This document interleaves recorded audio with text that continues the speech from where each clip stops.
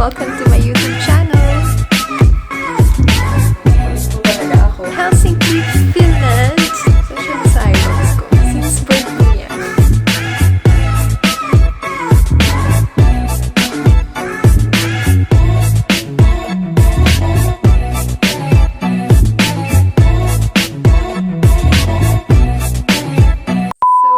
Nandito tayo ngayon sa Helsinki, Finland. Ayun. Bali yung flight namin, tumagal siya ng mga 6 hours. And kadadating na namin ngayon, nag-change lang ako ng uniform para mapakita ko ngayon sa inyo ang aming room dito sa Finland. So, ayan na. So, ayan yung room ko dito sa Helsinki. Pagpasok mo, syempre, toilet and the bathtub. Tapos, ito na yung mismong bed and the sofa. Ayan, na dyan na yung mga gamit ko. Nilagay ko na kanina sila dyan. Wala pa akong tulog simula kagabi kasi ang aga nung naging sign-in namin. Pero okay lang kasi masaya naman yung flight. Masaya yung yung environment kasi sobrang young makakaliwat ko. So, ayan. Ayan na curve. Nag-tie lang ako ng hair ulit pataas. So, kulit talaga ako, guys. Kung nagtataka kayo kung bakit ganyan kagulo yung hair ko, kulit po talaga ako. Guys, ayan. Nagsusnow pa rin ngayon. Paano ko lalabas? Sobrang lamig, guys. Snow pa siya.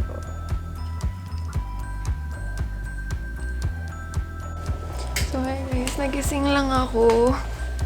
Ano pala ngayon dito? 3:30 a.m. and wala pang breakfast. So, ito muna yung kainin ko. Aros kada habang inaantay ko yung breakfast buffet mamaya sa baba. At ang aking favorite bar, Jollibee. And gawa ko ng hot chocolate. Sabi ang aga ko nagigising talaga pag European sector. Pag Europe flight, yung mga Scandinavia, ganito. Sobrang aga lagi. So, mamaya daling ko kayo sa buffet breakfast para makita niyo. Okay, guys, so punta na tayo ngayon sa breakfast. Siya na ako nag-iba yung quality ng video. So, gamit ko ngayon is yung phone ko. Hati ako sa elevator.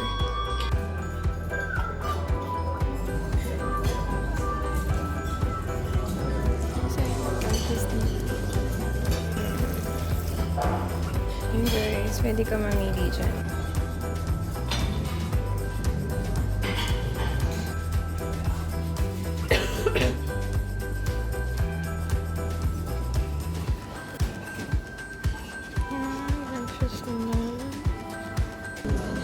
Guys, ayan, mag-fort muna ako with some cheese. And ayan, after.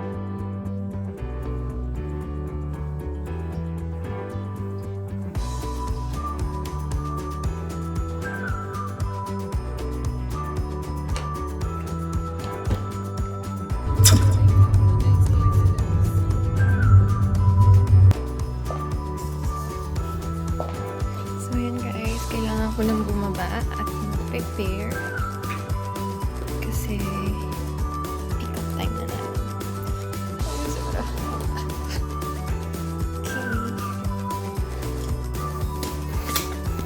Okay. Jacket na lang ako.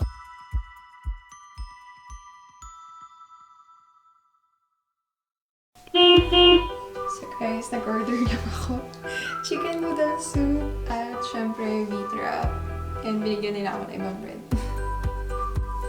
So yun guys, magsa-start na tayo ng skincare routine. Itong skincare routine na to, complete siya na ginagawa ko except sa wipes na bago maghilamos na tinatanggal yung makeup. Kasi talaga hindi ako nagwa-wipes. Kasi usually pa nagwa-wipes ako na may makeup ako, talagang grabe siya. Namumula talaga siya dito at saka dito sa part ko na to. So ang ginagawa ko, micellar water. Any micellar water yung ginagamit ko. Or minsan naman, kung hindi ako mag-micellar water, ito yung ginagamit ko. Yung Skin Magical with Luxury Soap. Kasi gentle lang to sa skin natin. As in, nakaganto siya. May net siya na ganyan. Tapos, pag hindi ako nag-micellar water or any makeup remover, nire-rub ko lang ito na ganito. Nire-rub ko lang siyang ganyan. Wait, basahin ko muna yung face ko. Ayan. So, pag basa na yung face ko, rub ko lang to. Tapos, kunin ko yung foam niya. Rub ko siya ng ganyan sa face ko. Tapos, matatanggal na yung makeup ko. Maganda siya, guys. As in, feeling ko gentle lang siya sa skin. Kaya ginagamit ko talaga siya na diretso agad kahit hindi na ako mag-wipes or anything. So, ayan. Ano to ha? Dinediretso ko sa neck. Pero kasi, pag dinediretso ko sa neck, namamasa talaga ako dito. Pero, para sa video na to, hindi ko gagawin yun. Yun guys, so ang bilis. As in, tanggal na agad yung makeup ko. Ganon siya kaganda. Tapos, pag feeling ko kailangan kong mag-scrub, hindi ako nasa-scrub daily. Siguro mga twice or thrice a week. So, pag nag-scrub ako, ito yung ginagamit ko. St. Ives Blemish Control Apricot Scrub. So, yan. Kuha lang ako ng konting amount. Mga ganyan lang. Ayan. Scrub ko din siya ulit. Concentrate ako dito sa part na to kung saan ako oily dito sa T-zone kasi combination yung skin ko eh. Yung T-zone ko sobrang oily talaga. So, yun yung mas nire-rub ko. Tapos, yung ibang side, yung hindi part ng T-zone, as in parang nag-glide lang akong ganyan. Tapos, wash ko siya ulit. Tapos guys, sa face, hindi talaga ako gumagamit ng towel or any tela. Kasi ang ginagamit ko talaga is tissue. Ayan. Niya ko lang siya. Kasi tingin ko yung towels, hindi talaga siya advisable kasi nagsustuck dun yung dirt. And after niya, tuyo na yung face ko.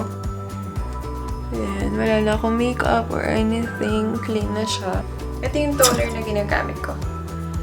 Garnier Light Complete Milky Lightening Dew Toner. So, ayan. Kulang ako ng cotton pad. Any cotton pad. Ganyan lang siya. Kulang ako. Then, distribute onto the neck. Then spread it.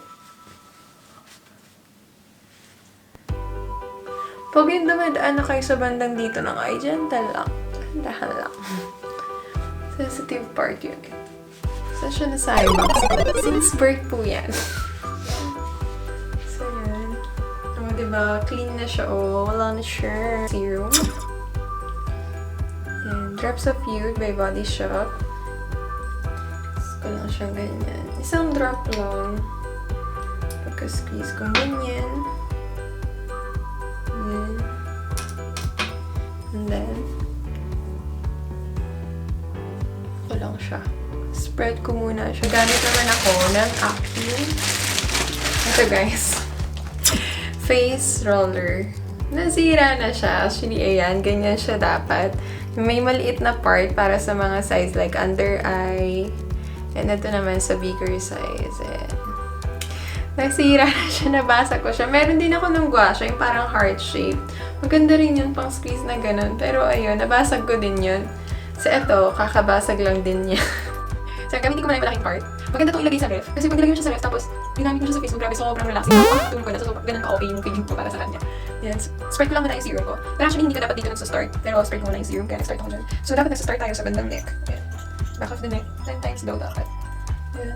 Pero, yan. Hindi na bilangin guys. Kasi ako, feel ko siya pag parang feeling ko okay na pag smooth na yung pag-glide ng roller. Feeling ko wala ng tensions. Maganda kasi ito, parang release na ng tensions for the face, lymphatic drainage, mga ganun. So makikita niyo siya, ang daming videos about dito and ang daming mga vlogs about this. Kasi maganda talaga siya. Sobrang effective. Feeling ko after ko siya gamitin ang part ng face ko. Sure! So yun, ganyan ka lang siya. Pataas yung stroke guys ah. Dapat dapat daw one part muna, parang half part muna. Pero ako, na-alternate ko siya. Gano'n yung una dapat yung neck. Kasi yung mga madidrain mo dito, dapat meron daw siyang parang way.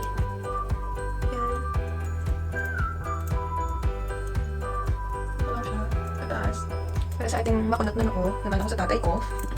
Yung eye bags, naman ako sa nanay ko. Yung kunat na noo, naman ako sa tatay ko. So yan, ganyan ko lang siya. Ayan, okay na. Feeling ko na-absorb na ng bongga ng...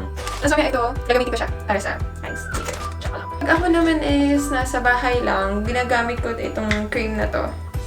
Drops of You, Body Shop din siya. Compare siya ng serum na ginamit ko. Or minsan naman ang ginagamit ko, lalo na pag yung daytime. Ito din, yung Olay na day cream. Ayan, nasira na yung takip kasi. Ayan. Or ito namang for nighttime din. Ayan, maganda rin to. Gamitin ko siya before I sleep. Pero for now, gamitin natin ay, nawala yung focus pair. Yung totoo. Nakafocus ba ako? So, ayan. Gamitin ko itong Body Shop. So, kuha lang ako ng amount na ganyan. Ayan. Then, massage lang ulit sa face. Dapat daw talaga yung face natin is may regular massage. Kaya minsan alam nyo, mapapansin nyo yung face nyo parang may masakit dito pag pinindot nyo or dito under the cheekbone kasi may mga facial tensions daw yun. Hindi ako professional, mga nabasa ko lang yan. Hindi masyado nagpapaniwala sa akin. So, ayan. Mahilig lang ako talaga mag-research about skincare, kung anik-anik. So, ayan, laging upwards. Kahit magmukhang ewan, upward. Ito, yung Youth Eye Concentrate ko. Dapat nabubuksan to kaso nabasag na siya. So, dito ako kumukuha sa part na to. May roller na dito kasama dito, pero nahihirapan akong buksan siya. So, yan, kuha lang ako ng amount. Ample amount na pwede na sa kanilang dalawa. So, yan, ganyan ko lang siya. Kalat ko siyang ganyan. And, after ko siya malagay ng ganyan, gamitin ko itong maliit na roller. Ka sa taas para hindi masyadong delicate. Ayan. Sobrang gentle lang. As in, parang feather like glider. Ayan, ganyan siya. Ang gabla naman. Tapos, okay na. Ayan siya. Sobrang lamig. Kasi, ayan, okay na siya. Kala ko may bago agad. Then, after nung aking... Sorry, ang dami. After nung aking eye concentrate, gamitin ko naman itong Laneige na lip mask. Wala na siyang nakalagay, napura na siya. Kasi tagal niya talaga maubos. So, ayan. Kuha lang ako. Then, lagay ako sa aking lips. And then, after that, syempre, pag may pimple ako, kailangan may nilalagay tayo sa pimple natin, di ba? So, ito yung ginagamit ko.